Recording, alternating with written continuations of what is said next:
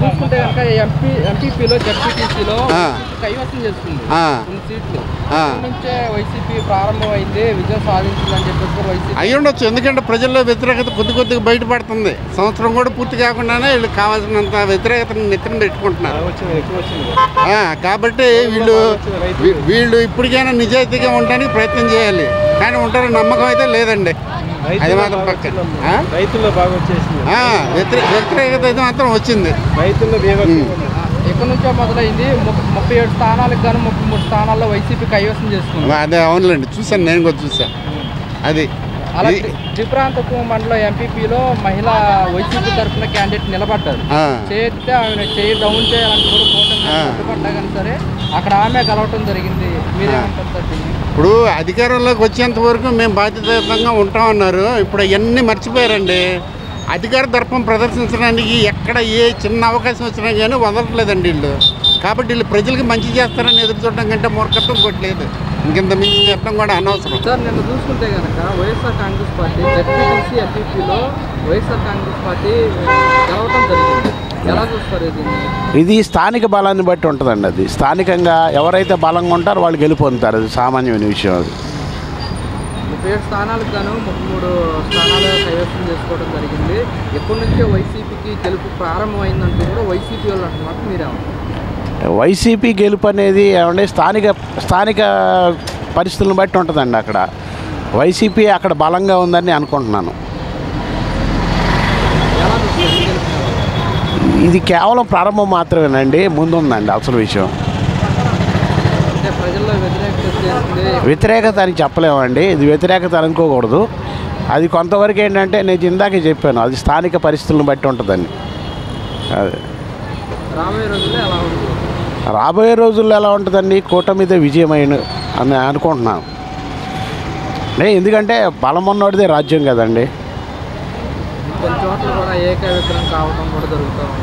అది వాళ్ళ కమిట్మెంట్స్ బట్టి ఉంటుంది. అక్కడ స్థానికంగా వాళ్ళు ఏకమవచ్చు. అది రాజకీయంలో శాశ్వత మిత్రులు ఉండరు, శాశ్వత శత్రులు ఉండరు, మనకు అందరికీ తెలిసిన విషయం అండి. చూసుకుంటే కనుక ముఖ్యంగా జడ్పీటీసీ ఎంపీపీలో వైఎస్ఆర్ కాంగ్రెస్ పార్టీ కొన్ని చోట్ల కైవసం చేసుకోవడం జరిగింది. ఎక్కడ? ఏ ఊళ్ళో?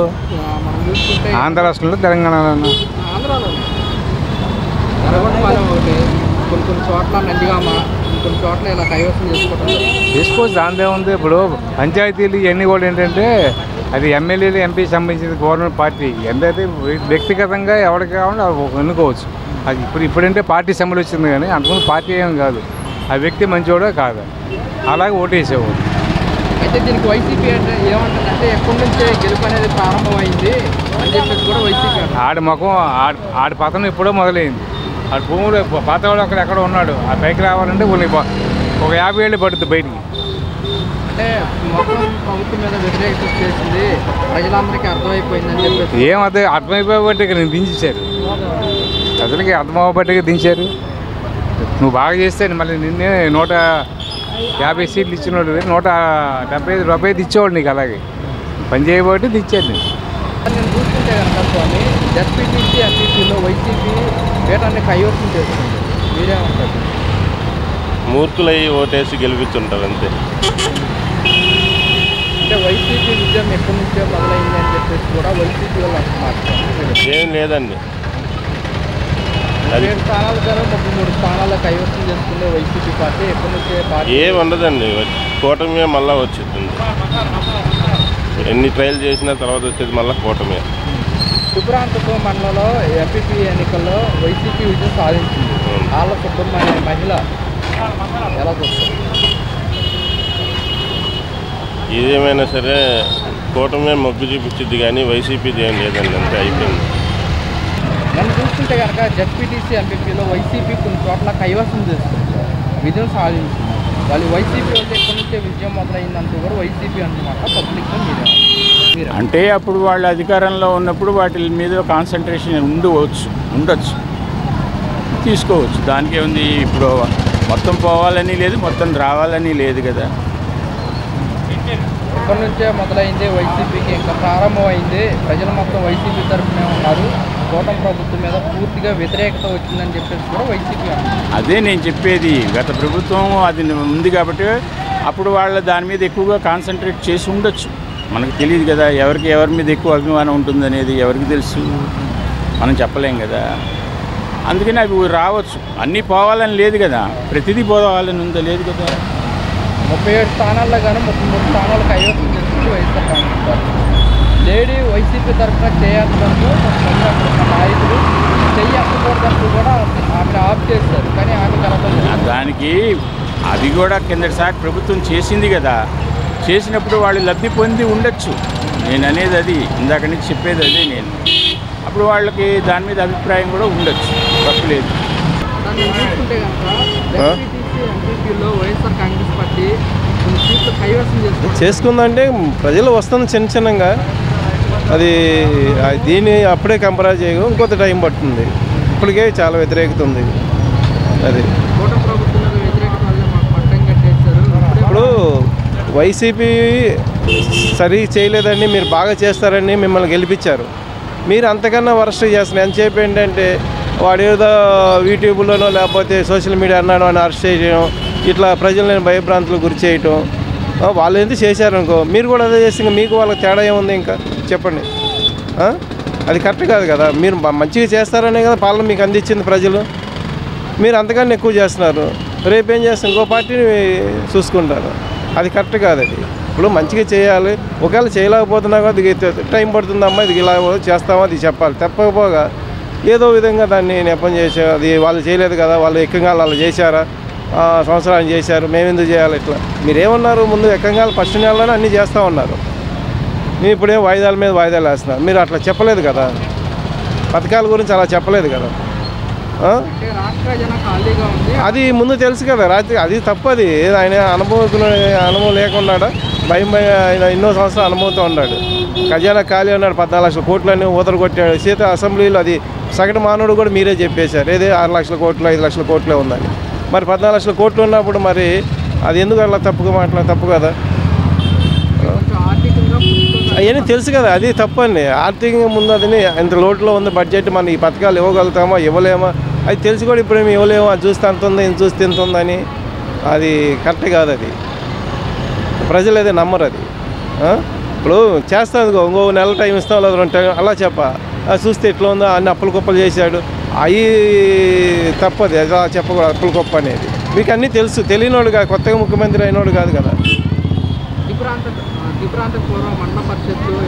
ఇవన్నీ మామూలేనండి. ఇంకా అవి ఏంటంటే కొద్దిగా అటు ఇటు వస్తూ ఉంటాయి. నెక్స్ట్ అయితే ఈసారి మళ్ళీ గవర్నమెంట్ మారే పరిస్థితే ఉంది. వీళ్ళు 4 ఏళ్ళు ఏమైనా చేస్తే ఇప్పుడు ఉద్యోగాలు అన్నారు. డిఎస్సి సంవత్సరానికి 4 లక్షలు 5 లక్షలు ఉద్యోగాలు కల్పిస్తాను. ఏది ఇంత మరికి లేదు. అసెంబ్లీలో ఏమంటే గవర్నర్ చేత అబద్ధం చెప్పించారు. మేము 4 లక్షలు ఇస్తాము. ఆ ప్రతిపక్షం వాళ్ళు అడిగే తాలూకా ఆయన జగన్ తాలూకా మేము కల్పించబోతున్నాము, కల్పించలేదని మళ్ళీ అబద్ధం చెప్పారు. అది ఎంత తప్పు. అది గవర్నర్ చేతే అబద్ధం చెప్పించి తర్వాత మేము అది మీకు తెలుసు కదా, మేము కల్పించలేదు అని అబద్ధం చెప్పారు. ఆమె అడిగే తల్లికి ఏంటి ఈ దొంగ మాటలు. ఇప్పుడు వాలంటీర్లు ఉన్నారు. వాలంటీర్లు ఏంటంటే ఆ రోజు మీకు 10,000 ఇస్తా ఉన్నారు. పవన్ కళ్యాణ్ చెప్పారు, చంద్రబాబు నాయుడు చెప్పాడు. ఇప్పుడు ఏమంటున్నారు, దానికి జీవో లేదు, అది లేదు, ఇది లేదు. ఆ రోజు మీ అన్నలాగా మీ తమ్ముళ్ళలాగా అక్కగల అన్నారు. ఇప్పుడు అది జీవో లేదు, అది లేదని వాళ్ళని ఇది చేసేసారు. ఇట్లాంటి రెన్యువల్ చేసి అది కాదు కదా, మీకు తెలుసు కదండి. అప్పుడు రెన్యువల్ చేశారా చేయలేదా గవర్నమెంట్ ప్రతిపక్షంలో ఉన్నప్పుడు అది ఏంటి మీకు తెలియకుండా మీరు హామీలు ఇచ్చారా? మీరు అప్పుడే చెప్పచ్చు మీకు లేదండి మేము చేయలేమండి అని అప్పుడే చెప్పచ్చు కదా. మీరు వాళ్ళకి ఇచ్చారు కదా వాగ్దానం. చేసిన తర్వాత మళ్ళీ ఇప్పుడు మీకు జీవో లేదు, అది లేదు, ఇది లేదంటే అది కరెక్ట్ కాదు కదా. తల్లిని తెలియని వాళ్ళేం కాదు, అన్నీ తెలిసిన వాళ్ళే. సార్ చూసుకుంటే కనుక నిన్న వైఎస్ఆర్ కాంగ్రెస్ పార్టీ జడ్పీటీసీ ఎంపీపీలో 37 స్థానాలు కానీ 33 స్థానాలు కైవసం చేసుకోవడం జరిగింది. ఎలా చూస్తారు సార్? మార్పు వస్తుందండి. వీళ్ళు చేసే విధానాన్ని బట్టి మార్పు వస్తుంది. ఇప్పుడు పరిపాలన చేసేదాన్ని బట్టి మార్పు వస్తుంది. జనాలు కాకపోతే ఏంటంటే మేలకుండా ఉంటున్నారు. అది ఎలా చెప్పాలంటే ఓటు ద్వారా చెప్తారు. అది విషయం. మార్పు ఇప్పుడే మొదలైపోయింది. కూటమి ప్రభుత్వం మీద వ్యతిరేకత వల్లే మాకు ఇంకా పట్టం కట్టేశారు. ఇప్పటి నుంచి మార్పు మొదలైందంటూ కూడా వైసీపీ నిజమే, ఇప్పటి నుంచే మొదలవుద్ది. ఏదైనా ఒక పని చేస్తున్నాం అనుకో, దాన్ని బట్టి ఆలోచిస్తారు ఎవరైనా. అది విషయం. ఎలా చూస్తారు గెలవటాన్ని? చూసేదేముంది, మనం చేయగలిగింది ఏం లేదు. ఓటు ద్వారా చెప్పాల్సిందే. ఎవరు చెప్పినా మంచి చేస్తే ఇటు వేస్తారు, మంచి చేయకపోతే ఇటు వేస్తారు. 2 రకాలు. నిన్న కనుక చూసుకుంటే కనుక వైఎస్ఆర్ కాంగ్రెస్ పార్టీ జడ్పీటీసీ ఎంపీటీసీలో ఎంపీపీలో 37 స్థానాలు కానీ 33 స్థానాలు కైవసం చేసుకుంటారు. ఎలా చూస్తారు సార్? ఏమో సార్, దాని గురించి మనం ఆలోచించాం కానీ మన ముందు జీవన విధానానికి ఇబ్బంది లేకుండా ఏం చేయాలని ఆలోచిస్తున్నాం.